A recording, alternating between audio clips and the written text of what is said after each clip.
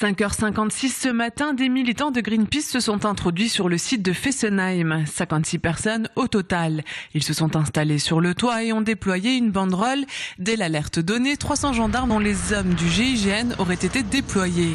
11h, point presse, le directeur de la centrale, Thierry Rousseau, fait un point sur la situation. Il n'y a pas de militants qui a pu rentrer à l'intérieur des installations et notamment du bâtiment réacteur. Donc il n'y a pas de problème de sûreté au moment où je vous parle. D'ailleurs, les 2 réacteurs de Fessenheim produisent les 900 MW qui sont capables de produire en termes d'électricité, et cette électricité est délivrée actuellement sur le réseau. C'est un système de poupée russe. En fait, l'objectif, c'est d'avoir un système de ralentissement pour éviter justement que des militants ou d'autres personnes puissent accéder aux zones d'importance dites vitales, et c'est de ça dont il s'agit.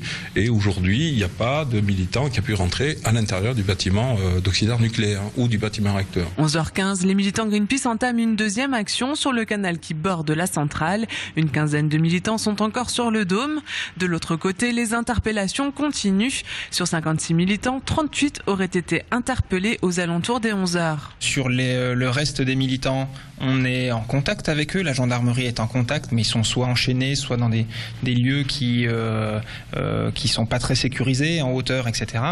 Et comme le rappelait le directeur, M. Rousseau, on ne peut pas intervenir auprès de militants pacifistes comme on interviendrait auprès de terroristes.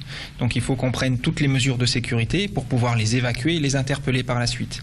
Mais la situation est complètement stabilisée, on est en contact avec eux. 14h30, tous les militants ont été interpellés, fin de l'opération.